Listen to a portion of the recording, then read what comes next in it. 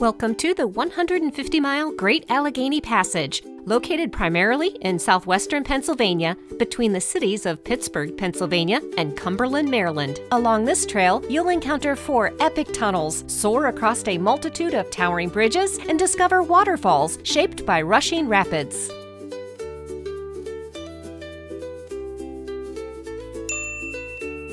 The Great Allegheny Passage is part of the Great American Rail Trail system that is projected to run 3,700 miles from Washington, D.C. to Washington State. We rode 22 miles of the passage from Ohiopyle to the Pinkerton Tunnel and back. Okay, you ready to lift the foot? Yes, ready. Okay, let's go.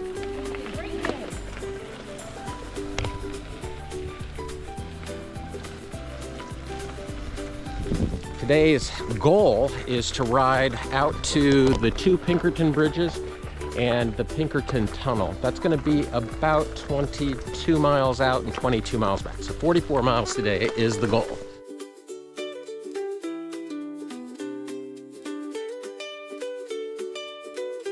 Ohiopyle has a variety of wonderful hotels and B&Bs that cater to outdoor adventurers. There are also bike rental shops and excursions that can be scheduled, including a side trip to the architectural wonder Falling Water, designed by Frank Lloyd Wright.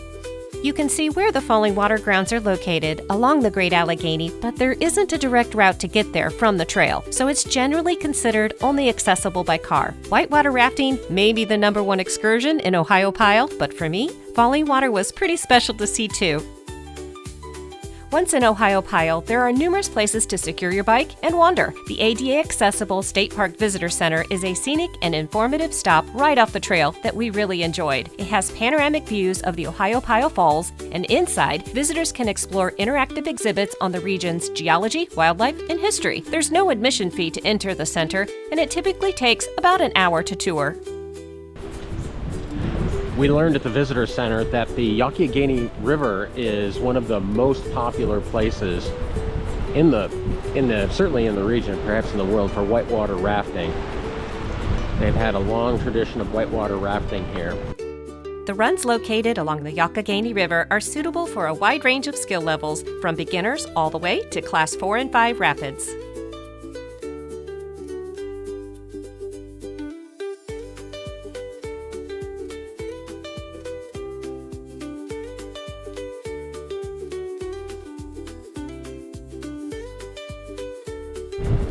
As is our preference for selecting takeoff spots for our e-bike rides, we started in Ohiopyle and we will have a steady climb.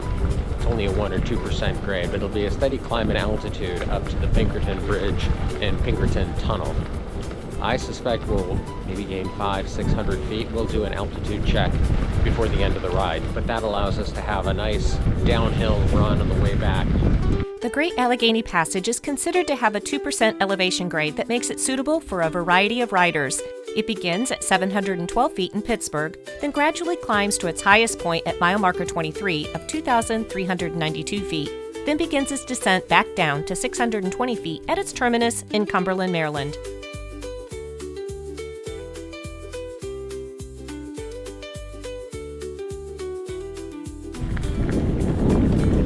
Looks like a primitive camping site. I just saw picnic tables. I didn't see toilets, but a nice opening though if you need to spread out a tent. Tent camping is allowed along the Great Allegheny, but only at designated campgrounds. The free biker-hiker camping areas are located at a variety of points and are on a first-come, first-served basis. If camping is not your thing, there are plenty of bike-friendly B&Bs, hostels, and hotels in charming towns along the way. We stayed at the Trailside Comfort Inn located in Connellsville, which included bicycle cleaning supplies, ample charging in our room, and a free hot breakfast.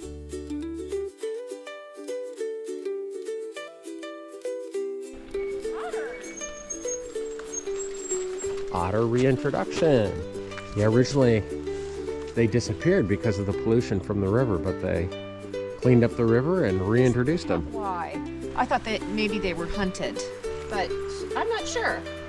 But I can see the pollution would drive them out too. From the 1920s to the 70s, otters were essentially gone from this region due to overhunting and habitat destruction. But thanks to conservation efforts, they've been successfully reintroduced and are thriving again.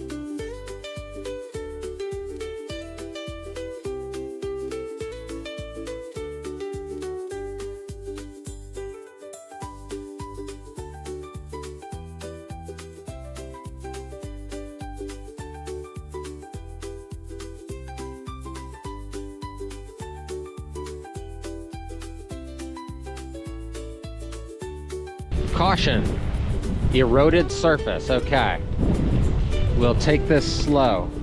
The majority of the Great Allegheny, or Gap for short, is hard-packed gravel with some paved sections around the cities and towns. The part of the trail we rode had a few sandy sections, but overall, it was a smooth ride with minimal hazards.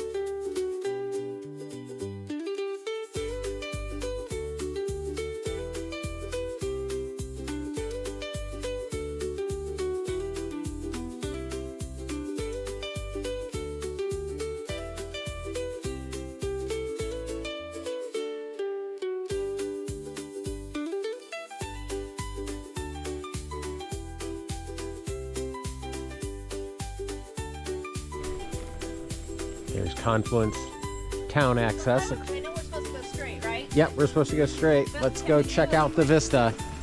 Quick side trip here. Very pretty. Big fluffy clouds. Gorgeous trees, beautiful water.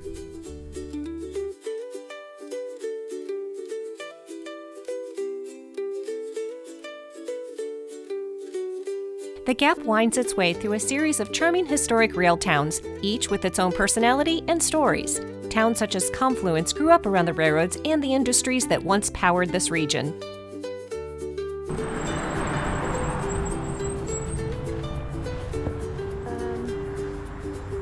Which way? Let's check the map. It looks like that stops there. I think we're supposed to go right. But there's a sign right there. See it? Yes. Today, all the towns around the Gap have reinvented themselves to embrace trail users with a mix of history, hospitality, and charm, where you can stop, shop, eat, stay, or even take in a ride on the Western Maryland Scenic Railroad in Cumberland, which allows riders to enjoy scenic uphill train rides followed by a leisurely downhill trek back.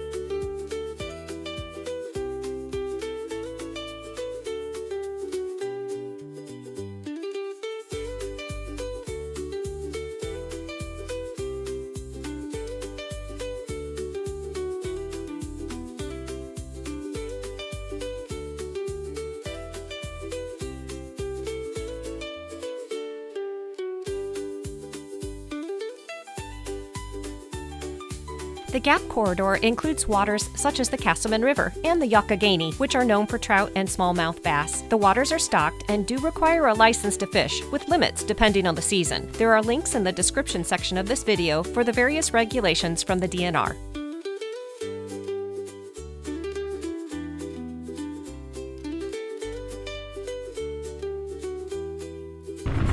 We only have 4 miles left. This trail has gone so quickly. I am just having a blast today. We really like going about 20 to 25 miles, so about 50 miles in a day.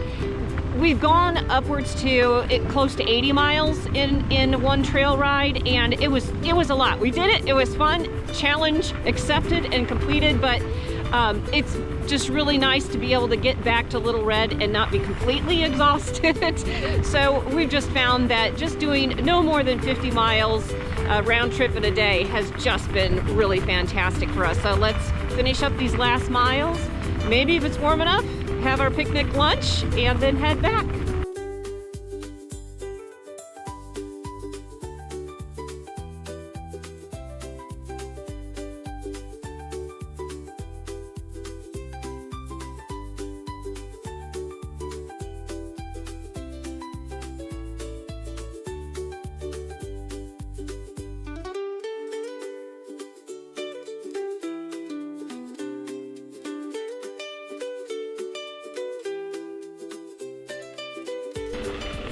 Ah, here it is. All right, let's check it out.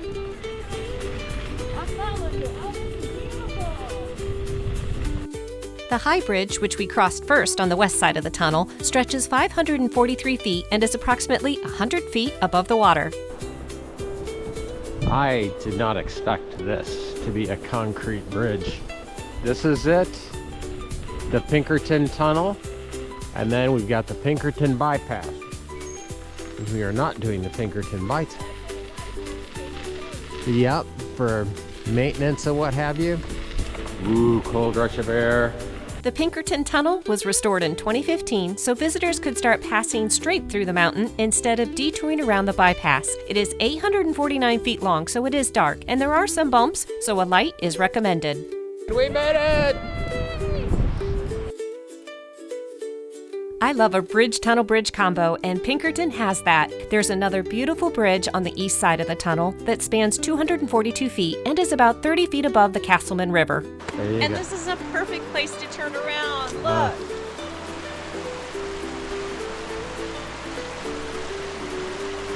There isn't a picnic table at this exact location. You would need to go a couple miles in either direction for that, but there are benches where you can spread out and have a peaceful and remote break from your ride. Is there a geocache in this area? I think there is. I think there are a couple around here, but maybe we'll just go for one to commemorate the spot. Let's see if we can find a geocache on the way back. Okay. There are numerous geocaches along the gap. We found ours close to the Pinkerton Tunnel to commemorate our ride, logged it in the app, and then began heading back to Little Red with one more wee little side trip before packing up.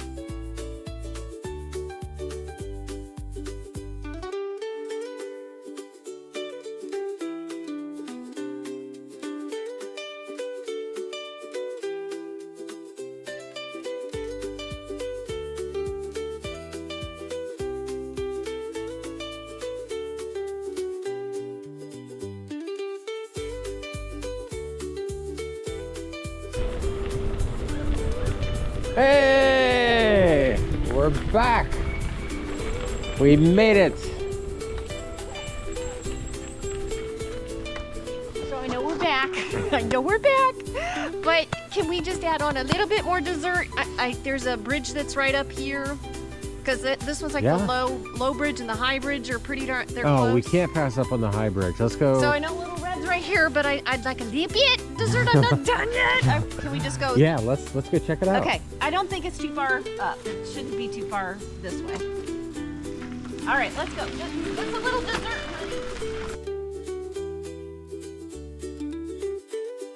Our final stop on this adventure was the Ohiopyle High Bridge, which soars 115 feet above the Youghiogheny River. The bridge was originally constructed in 1912 for the Western Maryland Railway and then adapted in 1999 for the trail use.